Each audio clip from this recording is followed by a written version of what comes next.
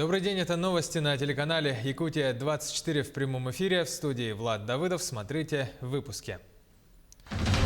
Оперштаб докладывает, сколько человек заболели коронавирусом за последние сутки.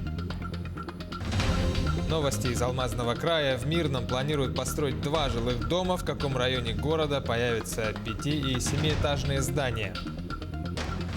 Игры Дыгына, популярные состязания, стартовали. Час назад прямое включение с места событий нашего корреспондента.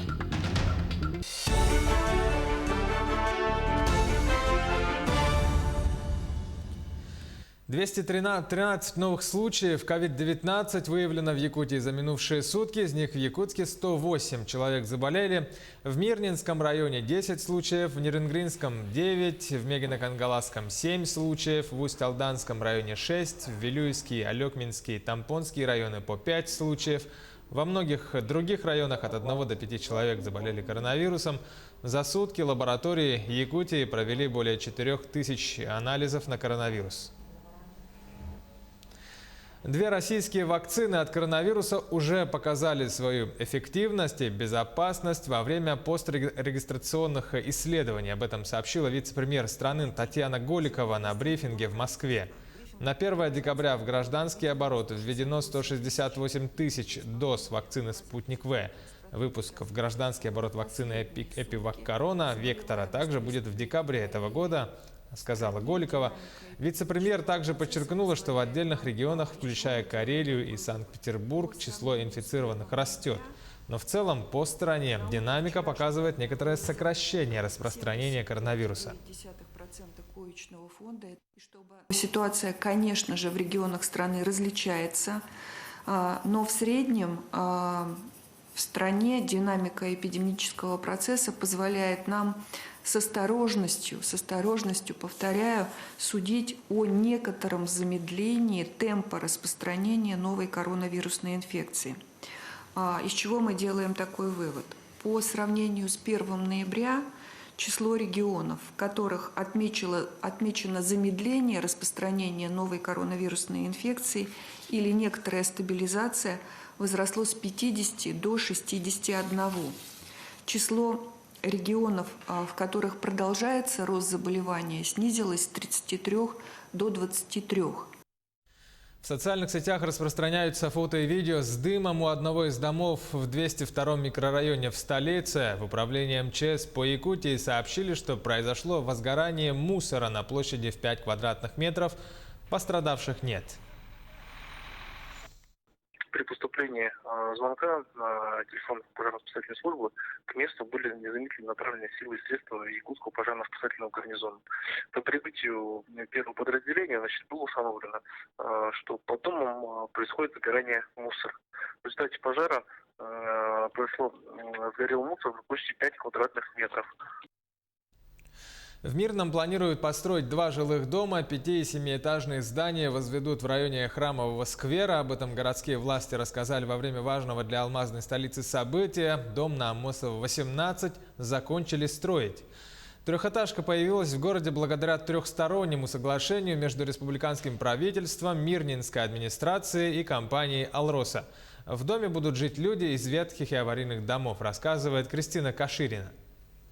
Я развешивала белье на потолок, потому что у меня 2 маленьких детей, сушилку они переворачивают. И для того, чтобы оно нормально высохло, я развешивала белье, поставила табуретку и упала. Сломала руку.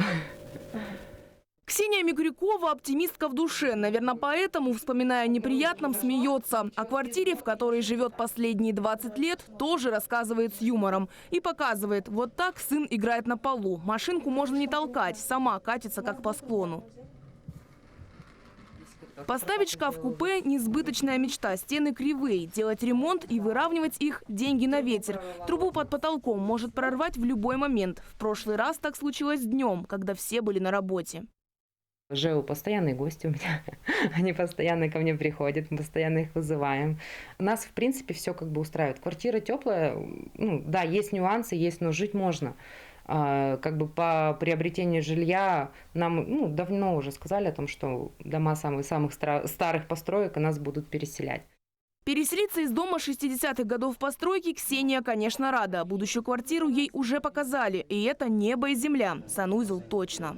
В туалете новая сантехника и кафель. В комнатах покрашены стены и залиты полы. Ремонт эконом-класса. Переделывать или нет – уже дело каждого. А вот так новый дом выглядит снаружи. Бежевую трехэтажку в эту пятницу официально сдали. Но позвали на открытие не всех, чтобы избежать массового скопления людей. Ключи в присутствии лиц разных уровней получили 3 семьи. Всего же дом на Амосова рассчитан на 71 квартиру. Я все лето ходила на дачу, каждый раз заглядывала, что тут происходит. Замечательно то, что возле дома есть и детская площадка. Дом очень продуманный, там есть огромная колясочная. Мы ждали вообще 30 октября переезда, но вот в связи с обстоятельствами он откладывается. С пандемией из-за нехватки рабочих сил у нас подрядчик, затянули ему до декабря месяца, но, слава богу, мы его закончили. 98% людей все согласны сюда приехать. Вот есть единицы, которые не хотят, там они начинают требовать какие-то немыслимые свои требования. А как будете договариваться с теми единицами? Ну, если мы не договоримся по-мирному, то, конечно, это судебные тяжбы между нами и жителями. Но я думаю, что до этого мы не доведем. В новую трехэтажку переедут жители 6 аварийных домов. После расселения жильцов под снос пойдут строения на 40 лет Октября 7, Комсомольской 26, Амосова 28Б, Аюнского 25Б, 29 и 31. Но и на этом не закончится. В следующие годы по городской программе предстоит расселить жителей 238 квартир, то есть 12 домов. А уже после власти приступят к реализации программы федеральной. Это еще 11 сооружений. В итоге в Мирном останется 56 зданий, которые уже признали ветхими и аварийными, но они пока не вошли ни в одну из программ. Кристина Каширина, Кирилл Шолохов, телеканал «Алмазный край». Глава Якутии Айсен Николаев провел совещание по рассмотрению предварительных итогов финансово-хозяйственной деятельности компании «Саханнефтегазсбыт» за 2020 год. С основным докладом на совещании выступил генеральный директор компании Виктор Лебедев. По его информации, за этот год закуп нефтепродуктов для нужд компании «Саханнефтегазсбыт» составит 162 тысячи тонн или 103% от годового плана.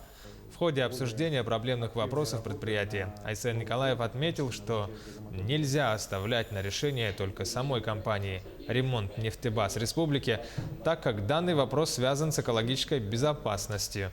Он поручил рассмотреть включение этих работ в инвестпрограмму республики 2021 и 2022 годов. Также глава республики поздравил якутян с Днем детского движения. Цитата: «В Якутии сложилась замечательная традиция вместе отмечать этот праздник детства во всех уголках республики. Он берет свое начало из истории пионерской организации. Добрые дела активных детей, неравнодушное отношение к окружающим, инициативность и сотрудничество во благо развития родного края – вот основные идеи, которые не теряют актуальность во все времена», сказал Айсен Николаев. Союз детских общественных объединений в республике был создан 5 декабря 1992 года. Сегодня инициативы детей и педагогов развиваются вместе с российским движением школьников, инициированным президентом страны Владимиром Путиным. Пандемия коронавируса наложила отпечаток на дизайн елочных украшений, выпускаемых красноярской фабрикой «Бирюсинка». В нынешнем праздничном сезоне стеклянные шары наполовину спрятались за медицинскими масками, рассказывает Сергей Берец. Едва ли не самый узнаваемый атрибут эпохи коронавируса вдохновил художников красноярской фабрики по производству елочных украшений из стекла «Бирюсинка». Ее коллекция к предстоящему праздничному сезону пополнилась шарами с изображением средств индивидуальной защиты. По мнению заместителя директора предприятия Артема Денисовича, такое напоминание о необходимости соблюдать осторожность не будет лишним. Вот этот шарик как раз несет такие благородные вещи. Это как посыл к тому, чтобы вот люди все-таки носили маски. И мне кажется, он бы идеально подошел в подарок, например, какому-то медработнику. Почему нет? Как информирует сайт фабрики, она возникла в 1929 году. Тогда это была кустарная артель из 7 человек. Бирюсинка сохранила традиции народного творчества и продолжает нести праздник в дома людей, ориентируясь на новые вкусы и веяния. Каждый шарик обладает собственными индивидуальными чертами. Покупатели сочли идею удачной. Чертежи памяти, историю не выбросишь, не исправить, что есть, то есть. Надо этот период жизни прожить. Память о нестандартном году. Цена одного шара – 350 рублей. Как говорит Артем Денисович, заказы на игрушки в масках поступают со всей России. Их выпуск будет продолжаться до 31 декабря по 100-120 штук в день. В Якутске начались игры Дыгына, турнир по национальным видам спорта. Все проходит без зрителей в спорткомплексе «Триумф». Сегодня и завтра НВК «Саха» ведет трансляцию. На месте событий сейчас находится наш корреспондент Саргалана Неустроева. Она на прямой связи со студией. Саргалана, добрый день, тебе слово. Здравствуй, Влад. Действительно, проведение турнира в этом году было под угрозой, но традиционно он проходит во время СЭХа летом под открытым небом. Но в этом году он впервые проводится здесь, на арене «Триумфа» зимой. К сожалению, увидеть воочию турнир у зрителей не получится из соображений безопасности, а посмотреть прямую трансляцию можно на каналах НВК «Саха» и «Мамонт». В этом году на участие в турнире было заявлено 14 атлетов, однако, к сожалению, Петр Старостин, чемпион турнира 2014 года, отказался от участия из-за травмы. Таким образом, в этом году за звание сильнейшего поборются 13 атлетов из разных районов республики. Сегодня у них проходят соревнования по таким видам спорта, как якутские традиционные прыжки, масс-рестлинг и якутская вертушка. Завтра же состоятся соревнования по стрельбе из лука, борьбе хапсагай, бег и перетаскивание камня. Победитель получит 1 миллион рублей. О том, что чувствуют спортсмены и о чем они говорят, нам рассказал один из организаторов турнира. Для, конечно, эмоционального подъема спортсмена, для настроя, это присутствие зрителей, болельщиков, ихняя поддержка очень нужна. Но спортсмены все это понимают. Но они ждали вот это. Для них главная задача – это соревноваться друг с другом и доказывать, что в данный момент кто-то лучше. Поэтому у них отсутствие зрителей, будет какие-то вот эти виды. Я считаю, что каждый как готов, так и будет выступать. Они все лето ждали этого, готовились, поэтому на результат сильно повлиять не будет то, что зрители. И как вы могли заметить, сейчас в разгар соревнований необычно тихо в зале, слышно только комментатора. И наверняка для спортсменов это очень тяжело, поскольку многое в соревнования вносят крики болельщиков. И мы предлагаем вам поддержать своих спортсменов, своих атлетов в соцсетях, а также на странице в Инстаграме Якутия24. Мы будем следить за дальнейшим развитием турнира. Завтра также ждите подробности. На этом все. Влад. Спасибо. Это была наш корреспондент Саргалана Неустроева со спорткомплекс «Триумф», где проходят знаменитые игры Дыгына.